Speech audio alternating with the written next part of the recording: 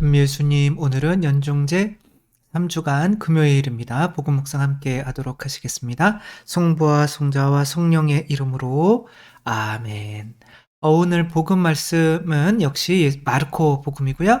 예수님께서 하느님 나라를 말씀을 하시는데 하느님 나라를 백과사전식으로 많이 설명을 하시는 것이 아니라 비유를 통해서 말씀하고 계시죠. 근데 오늘 비유는 마르코 복음에만 나오는 내용이에요. 요거는 이제 뿌려졌을 때 그냥 가만히 있어도 이렇게 씨앗이 싹이 트고 해서 나무가 저절로 된다라고 하는 요거는 마르코 복음에만 나오는 거고, 이제 그 다음에 또 겨자씨가 떨어져서 이제 그런 내용이 나오죠.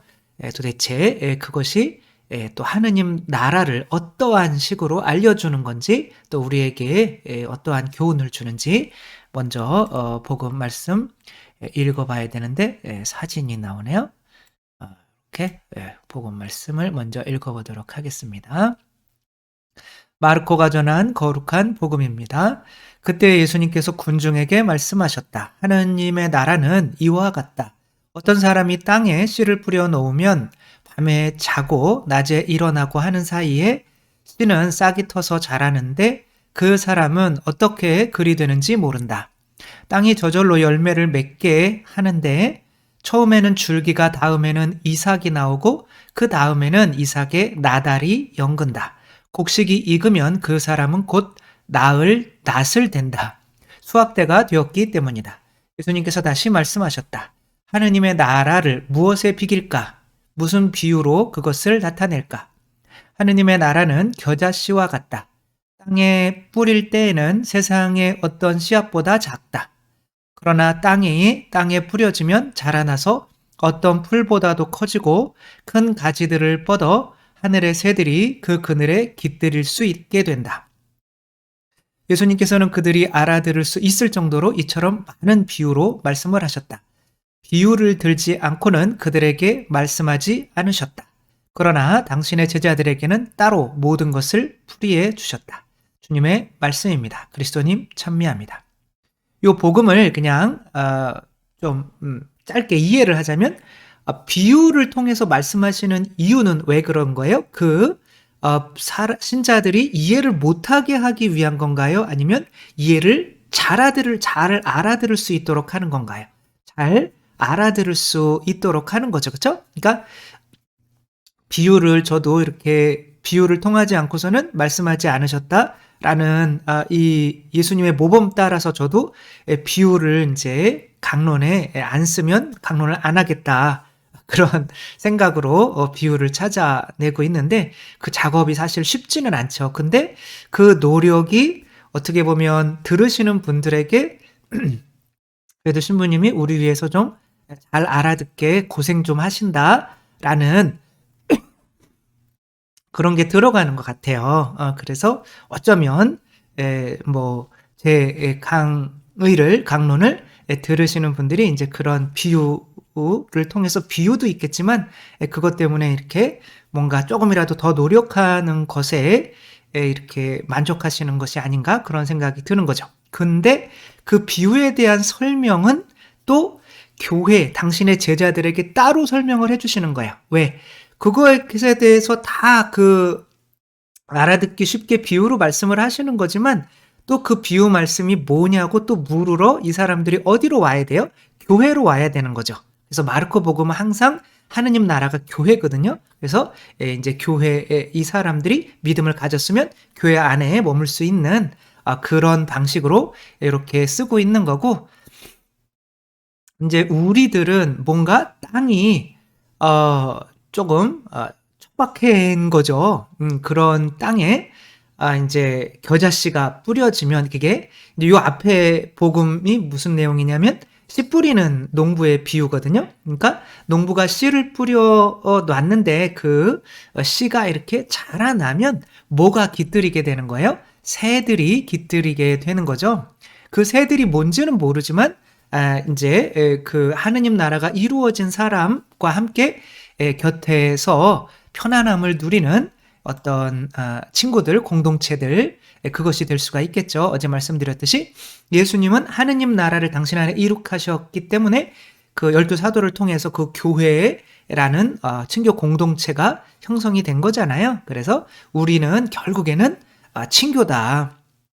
하느님 나라의 행복을 이 세상에서부터 정말 친교를 이룰 수 있는, 그래서 나중에 나이가 들면서 나는 점점 외로워져요. 이것은 무언가 좀 잘못 가고 있는 거다. 하느님과도 더 믿음이 강해져서 사람 아무도 없어도 난 하느님만 있어도 외롭지 않아? 그런데 이상하게 또 사람들이 또 이렇게 나와 함께 해주니까 더 좋네? 이게 하느님 나라인가? 이런 걸 점점 느껴가는 게 이제 우리의 삶인 거죠.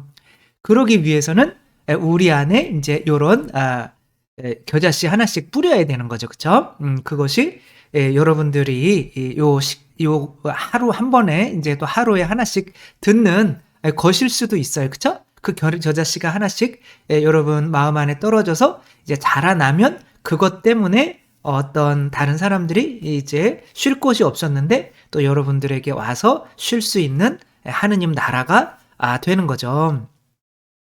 그래서 믿음이라고 하는 게 뭐예요? 결국에는 겨자씨만한 믿음만 있어도 뭐 산을 옮길 수 있다 그러잖아요. 그러니까 이 겨자씨는 또 믿음에 해당하는 거거든요.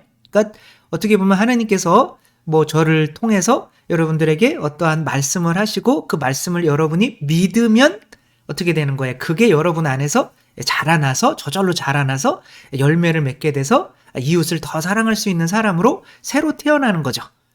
이게 뭐 하나만 뿌리면 안 됩니까? 그런데 이제 우리 마음이 그래도 동산이 돼야지. 사막에 나무 한 그루는 좀 그렇잖아요. 그쵸? 거기까지 새가 날아오다가 굶어 죽는단 말이에요. 그렇기 때문에 우리는 에덴 동산으로 만들어야 되는 거고 아담이신 그리스도께서 우리 안에 살 수 있게 만들어야 되는 건데 그러면 씨를 많이 뿌려서 우리가 그것을 사막에서 이제 동산으로 만들어내야 되는 거죠. 그러니까 요 시의 핵심은 뭐겠어요? 서로 사랑해라. 예수님의 계명이 거죠. 그렇죠? 예수님의 말씀은 그냥 서로 사랑해라. 하나로 모아지는 거죠. 그러니까 서로 사랑해라라는 것들이 이제 살아가다가 보면 이 사람은 정말 용서도 해야 되고 부모도 용서해야 되고 또 이 사람은 내가 또 참아도 주어야 되고 또 이 사람한테는 내가 복음을 전해야 되고 그러니까 사랑하는 방식은 너무나 많은 거죠. 그러니까 그때그때 어떻게 해야 되는지에 어떤 씨앗들은 많이 뿌려져야 되는 거죠.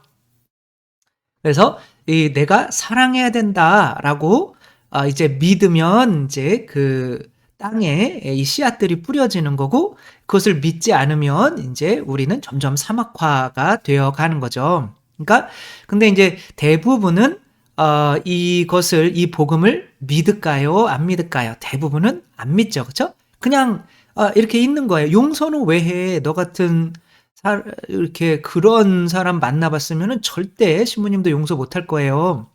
뭐 만나고 싶진 않지만 이제 뭐 저도 그럴 자신도 없지만 있지도 않지만 뭔 소리예요. 아무튼 기도하면 또 다 되니까. 그래서 아무튼 그렇게 사람들은 뭔가 보복을 해야 되고 뭔가 이렇게 그런 식으로 많이 가잖아요. 사람 미워하고 판단하고 그런 좋은 그렇게 해봐야 행복하지 못하다라고 하는 좋은 영화가 악마를 보았다. 굳이 여러분이 악마를 볼 필요는 없잖아요. 그러니까 이 영화는 볼 필요가 없을 것 같아요. 이미 많이 오래된 영화고 이제 뭐 연기가 아주 두 분이 굉장히 잘하시죠, 그렇죠? 근데 여기가 너무 영화가 잔인해가지고 뭐 추천드릴 거는 아닌 것 같아요. 자기는 보고 우리는 보지 말라 그러냐? 보시면 약간 잔상이 너무 오래 남으실 것 같아서 아무튼 옛날에 저도 본 건데 여기에서 저가 기억에 남는 거는 요 최민식 씨가 이제 연쇄살인범이에요. 근데 이제 이병헌 씨의 이제 그 아내를 아내가 애인이죠, 애인. 근데 이제 아기를 잉태하고 있었어요. 근데 그렇게 연쇄살인범이니까 그냥 아무 생각 없이 죽이잖아요. 그러니까 너무 아픈 거죠. 그러면 용서를 해야 돼요? 사랑을 해야 돼요? 아니면 보복을 해야 돼요? 그 뭐가 시원할까요? 세상 사람들은 뭐가 시원하다고 생각할까요? 보복을 해야 시원하지 않냐. 근데 여기에서는 이 연쇄살인범을 더 아프게 죽이려고 잡았다가 또 놓아주고, 그러면 잡았다가 두들겨 패고 또 어디 하나씩 그렇게 하고 또 놓아주고 하면서, 근데 이 연쇄살인범이 아픔을 모르는 인간이에요. 그냥 사이코패스인 거예요. 그러면 그래 한번 해볼래? 그러면 또 이병헌과 관련된 다른 사람을 또 해치게 된단 말이야. 그러니까 이병헌은 내가 여기서 악마를 보았다라고 하는데, 이거 보고 나면 누가 악마야? 분명히 이 사람이 악마인데 그 악마와 대결하고 있는 이병헌 씨도 그 악마로 되어가는 어떤 그런 거. 근데 사람들은 어떤 통쾌한 복수극을 기대하거든요. 그러니까 나중에 죽여요. 죽이고 나서 마지막 장면이 이 장면이에요. 죽이고 나면 너무 기뻐해야 되잖아요. 그쵸? 근데 죽이고 났는데 내가 그런다고 죽었던 저희가 살아오는 것도 아니고, 나는 지금 살인자가 됐고 또 내가 그 사람을 더 고통스럽게 죽이기 위해서 나 때문에 또 피해본 사람들이 너무 많아졌고 죽였는데 기쁘지 않은 거예요. 단 한 명이라도, 그쵸, 우리가 보복을 해가지고 더 행복할 수 있다면 보복을 해야겠죠. 근데 그렇게 행복하지 않단 말이에요.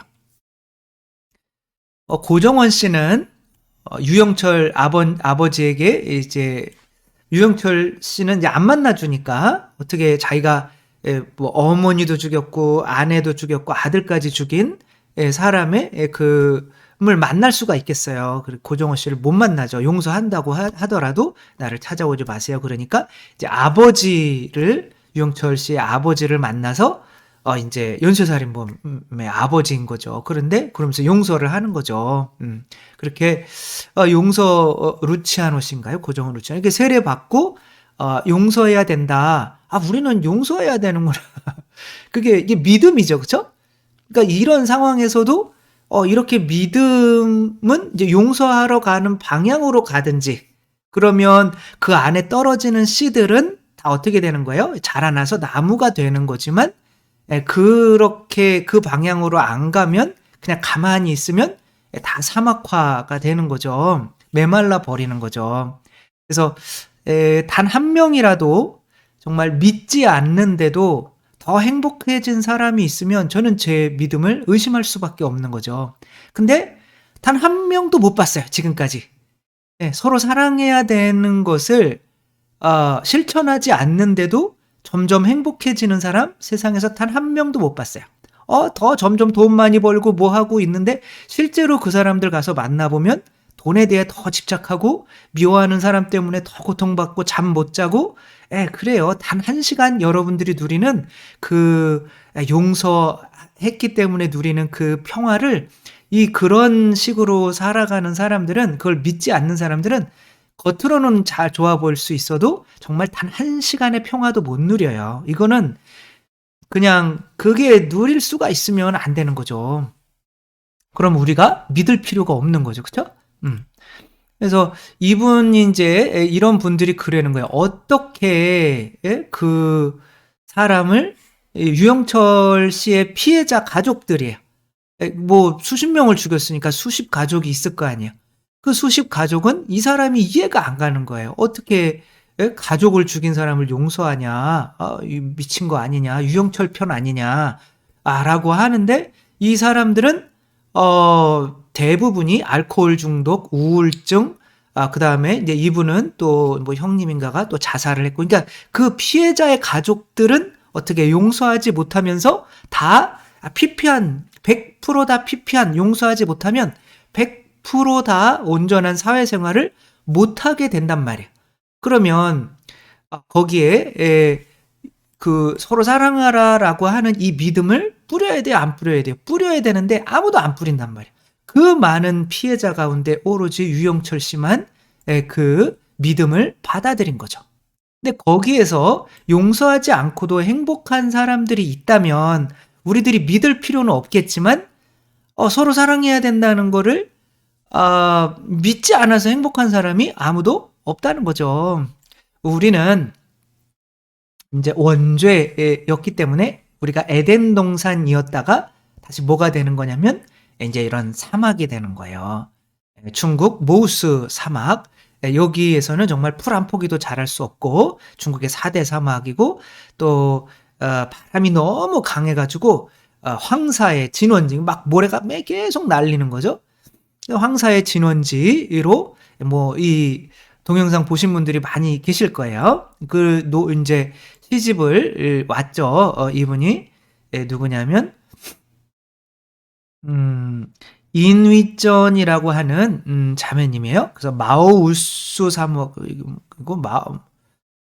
이제 바이완샹이라고 하는 이제 남자한테 부모님들끼리 이제 이렇게 해가지고 어디로 가나 봤더니 계속 사막으로 들어오는 거예요. 근데 바이완샹 씨는 마음이 약해서 다른 사람들은 다 이 사막으로 원래는 사막이 아니었대요. 근데 이제 벌목이나 또 양들이 이제 짐승들이 너무 많이 뜯기다 보니까 이게 이제 풀이 다 없어지고 그러다 보니까 사막화가 된 거죠. 이렇게.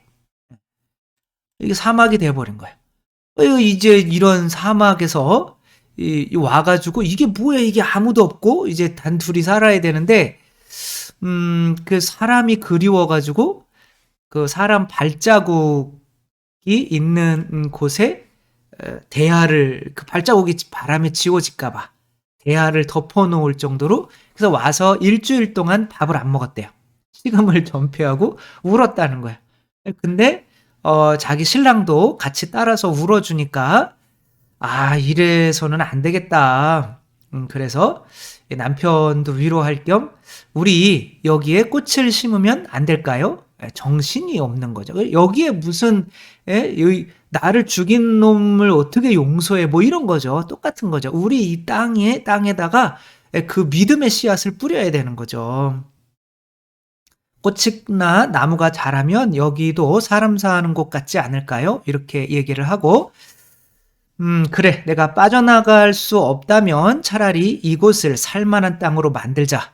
모래를 퍼먹고는 살 수 없지 않는가. 모래 퍼먹고는 살 수 없다. 그래가지고 새벽 3시에 일어나서 70리 뭐 거의 몇 킬로 되는 거예요. 10리가 4킬로니까 70리는 4, 7이 30km인가요? 4, 7이 30인가요? 아무튼 그렇게 먼 거리를 묘목상에서 그 묘목을 이제 30그루 하루 일하면 그 묘목을 30그루 산대요. 그 다음에 그 한 30km 넘는 데를 왔다 갔다 거리며 여기에다가 나무를 심는 거죠. 처음에는 나무를 심었는데 이제 다 바람 때문에 이제 죽은 거죠. 그리고 뭐 여기 살 수가 없는 거죠. 그런데 또 이제 나라에다가 돈 주고 어느 정도 이렇게 또 땅을 뭐 사막을 또 파나 봐요. 근데 뭐 아주 싸게 팔았겠죠. 600그루를 심었는데 이제는 200그루가 산 거예요. 그러니까 그럼 나도 할 수 있겠다라는 생각을 하고 이제 그게 바로 4km에 이제 수로도 만들고 울타리 뭐 이런 거를 해서 한 거죠. 그래서 이제 죽기 살기로 이렇게 나무 심는 거에 이제 했는데 한 7년 동안 하다가 보니까 나무가 이렇게 심으면 한 8, 90%는 살게 됐대요. 왜 그러냐면 이제 그걸 방법을 안 거죠. 바람 부는 어떤 이런 것도 알고 이제 이건 뭐 하는 거냐면 저기 씨를 뿌리는 거예요. 그 풀의 씨는 뭐 거의 10만 개 중에 하나가 이제 풀이 자라난대요. 그런데도 뿌리는 거예요. 새벽 3시에 일어나가지고. 첫째에는 조산했고, 둘째에는 유산했고, 셋째에도 뭐 바구니에 넣어 다니면서 그렇게 이제 그렇게 나무가 살 수 있으면 또 채소도 살 수 있지 않을까. 또 채소가 살면 이제 사람도 들어와서 살게 될 거다라는 생각으로 이렇게 열심히 이렇게 했고 한 20년이 지나니까 정말 풀조차 살기 힘들었던 이게 징베이탕이라고 하는 곳인가 봐요. 80여 명이 일하게 됐고 2012년에 이제 이게 방영이 됐던 것 같아요. 그래서 옥수수를 재배한 면적이 4,000평. 음? 그다음에 참마가 매년 5,000kg, 메밀 1,500kg, 녹두 3,000kg. 그러니까 뭐 800만 평을 이렇게 만들어낸 거죠. 그래서 사람들이 살 수 있는 곳으로 이렇게 만들어서 뭐 동물들도 많이 키우게 되고 이제 80명이 모여들게 된 거야. 이 겨자씨 하나 뿌렸는데 어떻게 된 거야? 나무가 자라나서 새들이 많이 깃들이게 된 거죠. 그렇죠?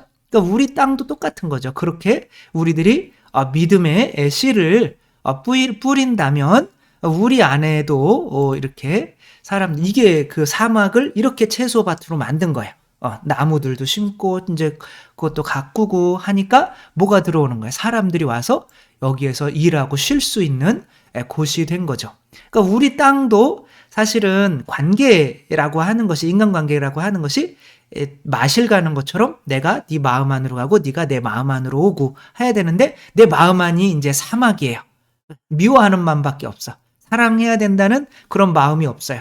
근데 사람들은 나한테는 안 와. 그러니까 내 마음이 사막이니까 그렇죠. 그러면 어떻게 해야 돼요? 사람들이 오게 하려면 내 안에 의자라도 갖다 놔야 되고 하는 건데 이제 내 마음이 동산이라고 사막이라고 한다면 끊임없이 미운 사람을 용서하려고 하고 저 가난한 사람을 도우려고 하고 그런 사랑의 씨앗을 믿음의 씨앗을 떨어뜨려 놔야 내 안에서 그게 그러면 이제 내가 물론 이제 쉽진 않죠. 그쵸?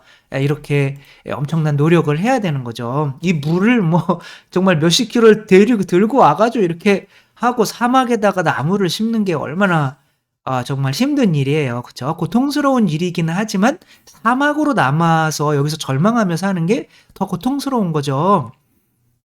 그래서 우리의 삶은 바로 이 사막을 이분처럼 이렇게 동산으로 바꾸는 그런 과정이다. 그러려면 뭐가 있어야 되는가? 믿음이 있어야 된다. 근데 그 믿음이 나에게 이제 뿌려지도록 성경도 읽어야겠고, 뭐, 특별히 전삼영 신부님의 유튜브 강론은 매일 꼭 들어야겠죠. 그쵸?